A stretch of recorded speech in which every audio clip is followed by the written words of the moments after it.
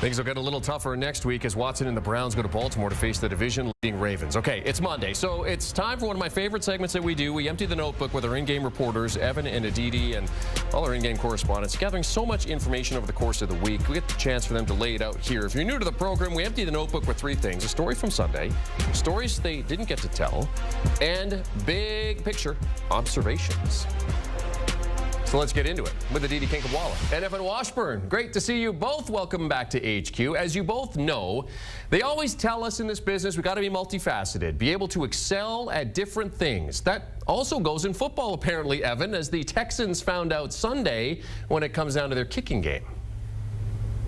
Yeah, well said, Jeremy. I hope I can be as well versatile as Dari Ogunbowale was on Sunday, because what happened was, and if you didn't see the game, the kicker, Ka'imi Fairbairn for the Texans, suffered a leg injury late in the first half. And we picked up on it and kind of made note of it going into half, thinking they might be in field goal range to close out the half. That wasn't the case. Then at halftime, in between the two teams being in the locker room, Ogunbowale came out onto the field to take some practice reps, and that was where we all got the red alert to say, oh man, this is the guy who's going to be kicking for the Texans. And as you can see, kickoffs were interesting, effective at times. Obviously, the headline is making this 29-yarder, but to me, as someone who's now got a chance to do this for 10 years on an NFL sideline, this was the first time I've been presented with not a kicker being injured. That does happen now and again, but it happening so early, and then how it impacted the entire remainder of the game, from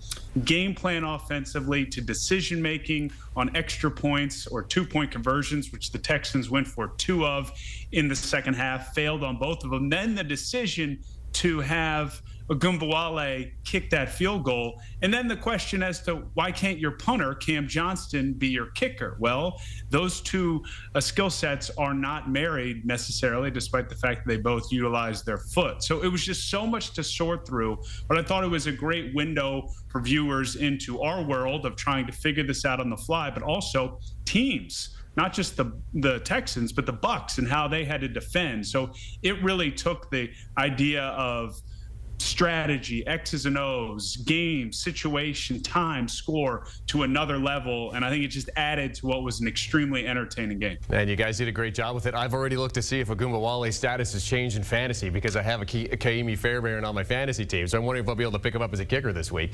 Aditi, Deshaun Watson is back, but the Cardinals are still waiting on Kyler Murray. What's the latest on Murray's return and the impact that it could have on this offense? So Kyler Murray is indeed fully healthy, and that was a point that head coach Jonathan Gannon and offensive coordinator Drew Petzing both wanted to make to us, that he looks great out on the field.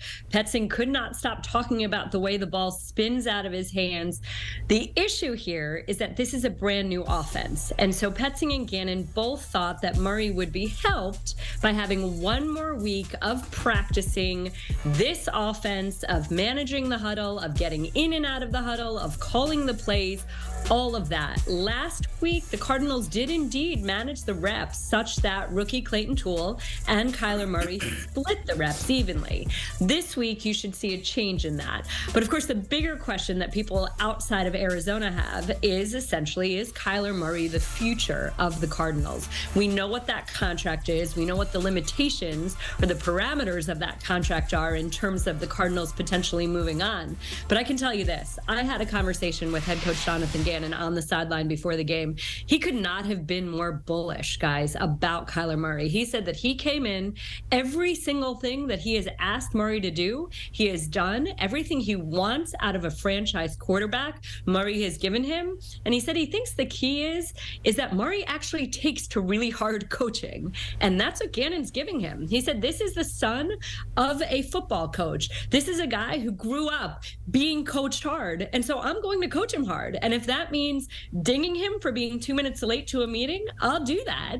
And he thinks that Murray has really responded to that. So I would indeed expect to see the Cardinals trot out Kyler Murray this week against the Falcons. And Murray should also give a great big thank you to rookie Clayton Tune, who suffered those 7 sacks, who could only manage 58 yards of offense in a horribly hostile dog pound against the #1 defense in the NFL. And Anyone who tells you that that wasn't a factor in the Cardinals' thinking is probably lying, because playing at home will certainly be an easier place to debut for Kyler Murray than what Cleveland was yesterday. Well, and Jonathan Gannon, I mean, coaching hard and some hard coaching with that team, the way that things are going for them. On the other side of this game, Aditi, you mentioned to Amari Cooper about him not caring about who his quarterback is, and the proof is in the numbers. When you look at his season numbers, he has excelled. What does that tell you about Cooper, how he is on this team, and how he fits into this offense? Okay, so this is why I love this segment, guys, because you watched that interview and I had a fourth question that was based on a note I took in my notebook, and I was being wrapped and told, wrap up that interview. So I didn't get to it. Somewhere in the third quarter, I watched Amari Cooper talk to his offensive coordinator, Alex Van Pelt, and his head coach, Kevin Stefanski, the play caller. And just this week, I'd had a conversation with Amari Cooper about how Kevin Stefanski and Alex Van Pelt are so open to when Amari Cooper comes to them. Stefanski told us this earlier in the year, that if Cooper comes to the sideline and says, hey, I can beat this guy on a slant, they're going to call the slant. And that's because Amari Cooper is someone that they can trust. He's not going to tell you that I can beat somebody if he can't.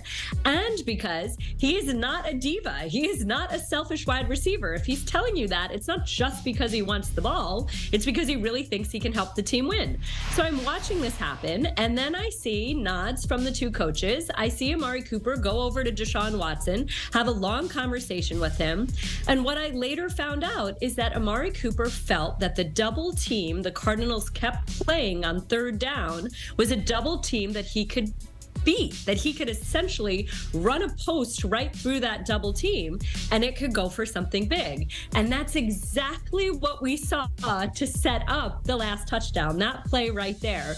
Amari Cooper and Deshaun Watson essentially drew that up in the dirt. And so this is the greater point here. Deshaun Watson's deep ball, we all know how beautiful that deep ball is. Evan has seen that for years. We've all seen that. The intermediate stuff are something that the rust needs to be knocked off of, the timing routes. In the same way that the Cardinals made a decision to hold Kyler Murray until he could be home, the Browns have two really tough games coming up. They're at the Ravens and they're hosting the Steelers. Two big division games in a division where right now everybody is playoff eligible. And so Deshaun Watson felt, I need to knock off some of that rust in this game against the Cardinals so that I can be better, so I could have stacked some reps, and especially stack some reps with this number one receiver, Amari Cooper, heading into that week. What we saw yesterday is just a taste of what these guys could possibly put together. And we'll get more into that in a second. Evan, I want to come to you because being a rookie quarterback in the NFL is tough at times. You guys have covered this league for a long time. It's even more pressure filled when you're the face of the franchise. So, Evan, what is CJ Stroud doing to keep himself level and grounded in Houston?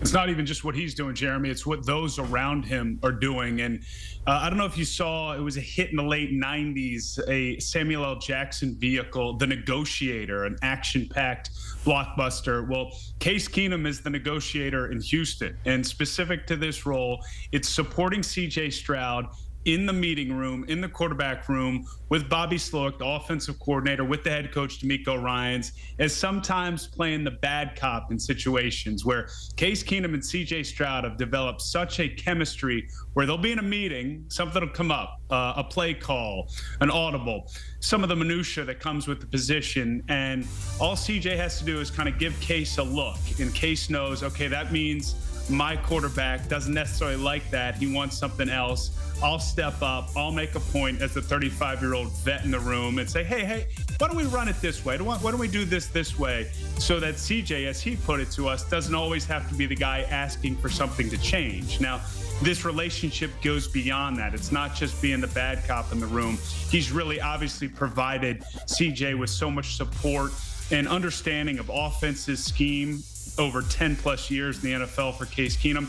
And then you add in Davis Mills. And I thought CJ was really honest with us about this. He was concerned coming in as the top pick, and with Davis Mills still being on the roster, that there might be, I don't know about friction, but it could be a bit awkward. That hasn't been the case. Davis Mills is number 2. Case Keenum is emergency number 3 in the negotiator.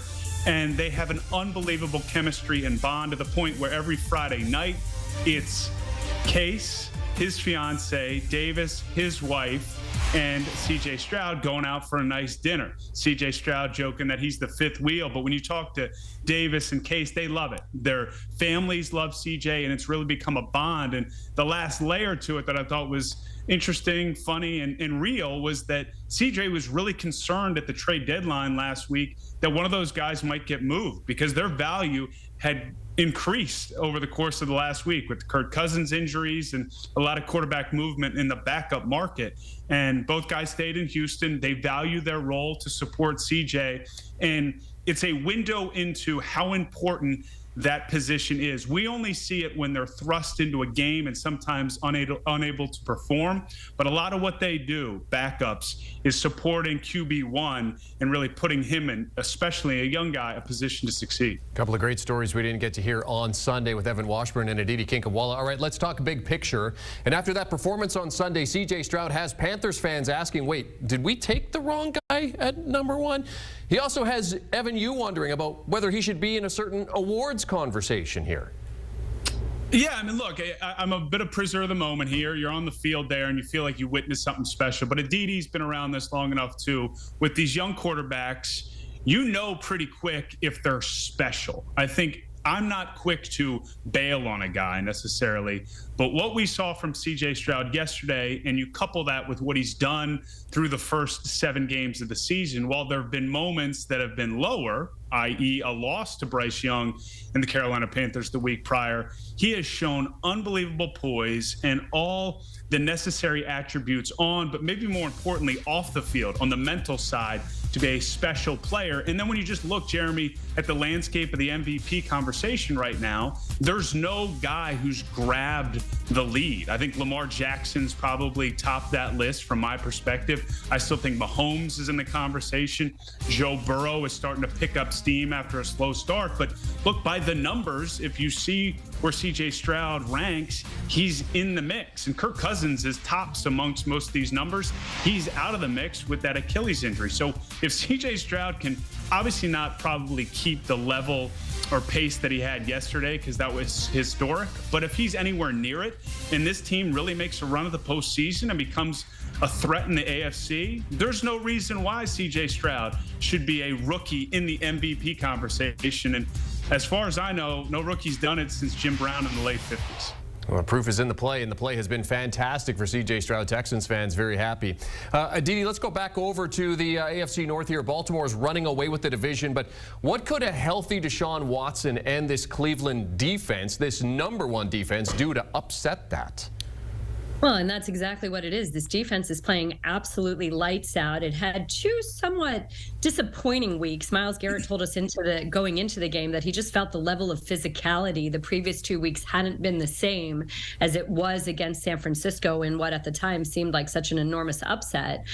But then they sure as heck brought it yesterday. And this defense is ready to shut down teams on all sorts of different levels, at all 3 levels, from the back end to the disruptive front. The question has been Deshaun Watson and this offense, this passing offense specifically. And it feels as if this season has been starts and stops. In fact, our analyst, Adam Archuleta, made the point that it feels as if every time Deshaun Watson plays, it's like he's playing his first game, because of these starts and stops. But he came out of that game saying he feels as if he's finally over that shoulder. He's got the velocity on the ball that he wants. And I can tell you this, from being at 3 games, the last 3 games he's played, he looked completely different on the sideline. Just more confidence, more juice to his step. The entire offense feeds off of that, obviously. The Browns have done a tremendous job running the ball despite having lost Nick Chubb so early in the season. If they can get that pass game going, if Amari Cooper, if Elijah Moore, that big pickup in the offseason, can finally get into a rhythm with Deshaun Watson, well, now you've got a more complete team to compete with the Ravens for sure. And as I made that point in the last segment, they've got 2 big games right here. These are 2 big opportunities for the Browns up ahead. Going to Baltimore, facing the Steelers, who of course beat them despite not having a great offensive outing when they met in week 2. This is an opportunity to maybe make some noise in that division if Kevin Stefanski, who hasn't seemed to have any sort of peace in 4 years or consistency in 4 years could finally kind of have a normal season in some ways. Yeah, they get these 2 wins the next 2 weeks. Well, we're talking about a different conversation when it comes to that race in the AFC North, set to be great down the stretch. Aditi, Kinkhabwala, Evan Washburn emptying their notebooks for us, as they always do on the Monday edition of HQ. Thank you very much, guys. Evan is off to Pittsburgh this week as Green Bay come calling. That's part of our 1 p.m. window of games. We have 5 games coming up for you Sunday, including C.J. Stroud and Joe Burrow facing off in Cincy. Check your local listings for the game near you, and you can always stream on the go via Paramount+.